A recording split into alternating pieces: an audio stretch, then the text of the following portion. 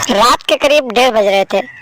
राहुल अपने कमरे से उठा और अपनी मामी के कमरे में पहुंच गया। उसकी मामी अपने पति से वीडियो कॉल पे बात कर रही थी और जब राहुल अपनी मामी के कमरे में पहुंचा तो उसने अपनी मामी को देखकर एक अलग तरीके का ख्याल अपने दिमाग में ले आया और फिर वो अपनी मामी के कमरे में घुस गया और उनके साथ प्यार की हरकत करने लगा।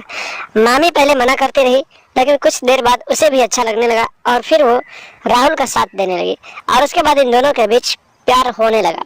उसके बाद जो हुआ आप लोग खुद देख लीजिए। नमस्कार दोस्तों, स्वागत है आप सभी का हमारे एशियन क्राइम अफेयर चैनल में। दोस्तों ये एक स्टोरी जो है फिक्शनल स्टोरी है। फिक्शनल स्टोरी सुनाने और बनाने का मकसद है कि आप लोग सतर्क रहें, सावधान रहें, वरना आपके साथ भी ऐसा हो सकता है। राहुल की उम्र 18 साल थी। राहुल की पढ़ाई जब छुट्टी हुई तो फिर वो अपने मामा के घर घूमने के लिए चला गया और जब वो अपने मामा के घर पहुंचा तो उसने अपनी मामी से तालमेल अच्छा कर लिया। उसके मामा पैसे कमाने के लिए विदेश रहते थे और उसकी मामी घर पे रहती थी। उसकी मामी के पास एक लड़का था और राहुल जो था अपनी मामी को देखते ही उसके ऊपर लट्टू हो गया और फिर उसकी मामी रात भर अपने पति से बात करती थी और फिर घर में अपने सास के साथ रहते थे क्योंकि उसका ससुर जो था इस दुनिया में नहीं था। राहुल की उम्र 18 साल थी तो राहुल भी अपनी मामी को देखता था तो अंदर ही अंदर कुछ अजीब तरीके के ख्यालात रखता था।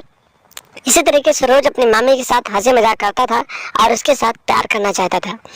एक दिन की बात होती है, राहुल जो होता है रात के 12 बजे उठता है और फिर लवशंका करने के लिए घर से बाहर जाता है तो देखता है कि उसकी जो मामी थी अपने पति से वीडियो कॉल पे बात कर रही है और ना जाने किस तरीके से उसके साथ वीडियो कॉल से बात कर रही है। इतना सारा नज़ारा देखने के बाद राहुल के अंदर ज्वाला भड़क जाती है और फिर वो अपनी मामी के साथ प्यार वाली हरकत करने की कोशिश करने लगता है और सोचने लगता है। 2-3 दिनों तक राहुल इस तरह से देखता है और एक दिन की बात होती है, राहुल को जब आउट ऑफ कंट्रोल होता है, वो अपने आप से बाहर होता है तो फिर रात के 1:30 बजे अपने कमरे से उठता है और फिर अपनी मामी के कमरे में जाता है और देखता है कि उसकी मामी जो थी उसके बदन पे एक भी कपड़े नहीं थे और वो अपने पति से वीडियो कॉल पे बात कर रही थी। इतना सारा देखने के बाद राहुल और ज़्यादा भाग जाता है और फिर वो न कुछ पूछता है न कुछ जांचता है और सीधे अपनी मामी के कमरे में घुसकर अपनी मामी के बदन को टच करने लगता है और उसके साथ हरकत करने लगता है। जब मामी देखती है कि उसका भांजा उसके कमरे में आया है तो फिर वो अपने पति से कहती है कि ठीक है, मुझे नींद आ रही है, हम फोन कट कर रहे हैं। फोन कट करने के बाद मामी जो देखती है कहती है कि तुम मेरे भांजे हो और तुम मेरे साथ ये सब कर रहे हो, गलत है। लेकिन राहुल अपनी बातों पे अड़ग रहता है और फिर वो अपनी मम्मी के साथ लगातार प्यार करता रहता है। कुछ देर तक मम्मी मना करती है लेकिन फिर उसका भी मन करने लगता है और फिर इन दोनों के बीच वो रिश्ते जो होते हैं तार-तार हो जाते हैं और रिश्ते को तार-तार करने में थोड़ा सा भी वक्त नहीं लगता है।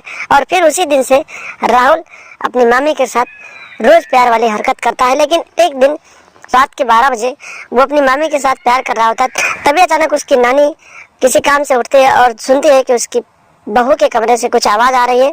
फिर वो खिड़की के रास्ते से देखती है तो फिर उसे देखकर हैरान हो जाती है और फिर वो सीधा कमरे में घुस जाती है और फिर इन दोनों का विरोध करने लगती है। इन दोनों को कहने लगती है कि ये सारी बातें मैं अपने बेटे को बता दूंगी।